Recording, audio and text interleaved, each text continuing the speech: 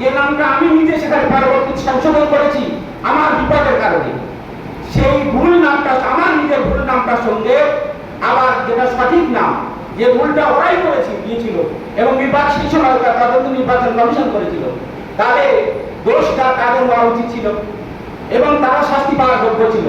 অথচ উল্টে আমরা বহু অসুবিধা হয়ে সেখানে 8 নম্বর ফর্ম ফিল আপ করে পরবর্তীতে আমরা 2004-এ কেউ বা 5-এ কেউ বা 7-এ আমরা সেই নামটা সংশোধন করেছি, যে আমার নামটা ওখানে ভুলভাবে লিপিবদ্ধ করা হয়েছিল। সেই দোষটা আবার ভোটারের ঘরে চাপিয়ে দিয়ে এবং সেখানে একটা লজিক্যাল ডিসক্রিমিনেশন নামে আনলজিক্যাল ডিসক্রিমিনেশন আসলে ওটা সেইটাকে দিয়ে ভোটারদেরকে, প্রকৃত ভোটারদেরকে এখানে আমাদের ভোটার লিস্ট থেকে নাম কেটে দেওয়া হচ্ছে এবং পরবর্তীতে বলা হচ্ছে যে এরা বেনাগরিক হিসাবে দেখানো হবে। তো মূলত হলো যে আজকে এই যে কবিতা হচ্ছে, যে কবিতা সাধারণ একটু বলি, যে একজন লোক রাস্তায় যাচ্ছে, তো একজন বাঘের পিঠে সওয়ার হয়ে বাঘের কান ধরে ড্রাইভিং করছে, এটা একটা দেয়ালে ছবি আঁকা আছে। একজন আল্লাহ বলছে, আরে তোর এই কি অবস্থা, তুই তো মানুষের ঘাড়ে সওয়ার হওয়ার লোক, জন্তু। তো তখন এটা আসলে কবিতা কাল্পনিক করা হয়েছে। তো কবিতা ওই যে ফটো ছবির থেকে আওয়াজ আসে, বলছে, আরে শেখ সাদি, তুমি এটা বুঝতে পারোনি, কলমটা কার হাতে? কলমটা আমার দুশ্মনের হাতে। অনেকদিন কলম দেওয়ার কথা দুশ্মন, অর্থাৎ এদিকে ছবি এঁকেছে, এটা আমি আঁকিনি, ছবিটা এঁকেছে আমার দুশ্মন মানুষ। তো সেজন্য মানুষ আমাকে কব্জা করছে, এটা দেখাচ্ছে। যদি এই কলমটা আমার হাতে থাকতো তাহলে মানুষের বরদান আমি ভেঙে দিচ্ছি, এইটা থাকতো ছবিতে।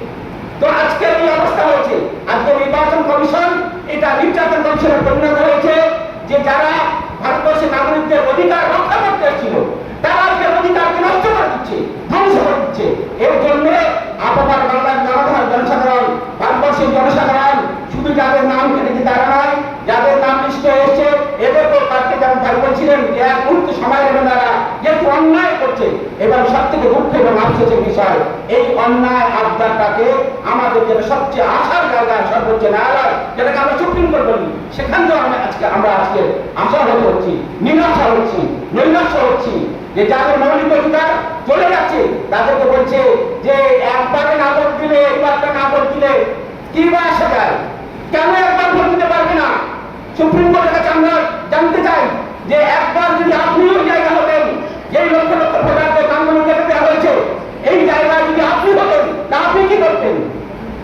তাহলে এই ভোটারদের নাগরিকত্ব ফিরিয়ে দেওয়ার জন্য এই যে অল্প সময়, এই অল্প সময়কে ট্রাইব্যুনাল এসছে, এই ট্রাইব্যুনাল অল্প সময়ের মধ্যে যে কোনো ভাবে আমাদের যে সমস্ত নাগরিকদের নাম বাদ দেওয়া হয়েছে তাদের নাম লিস্টেড করে আমাদের ভোট দেওয়ার অধিকার তাদেরকে দেওয়ার জন্য আমি সুপ্রিম কোর্টের কাছে, ন্যায়ালয়ের কাছে আবেদন করব, যাতে তারা ভোট দিতে পারে সেই ব্যবস্থা করা হোক। অনেক ভোট প্রয়োজনে পিছিয়ে দেওয়া হোক, ভোটারদের নামগুলো লিস্টে আগে ঠিক করা হোক, তারপরে ভোট হোক, এটা আমাদের আবেদন এবং দাবি। আর এই স্বার্থে যখন ভোট হোক,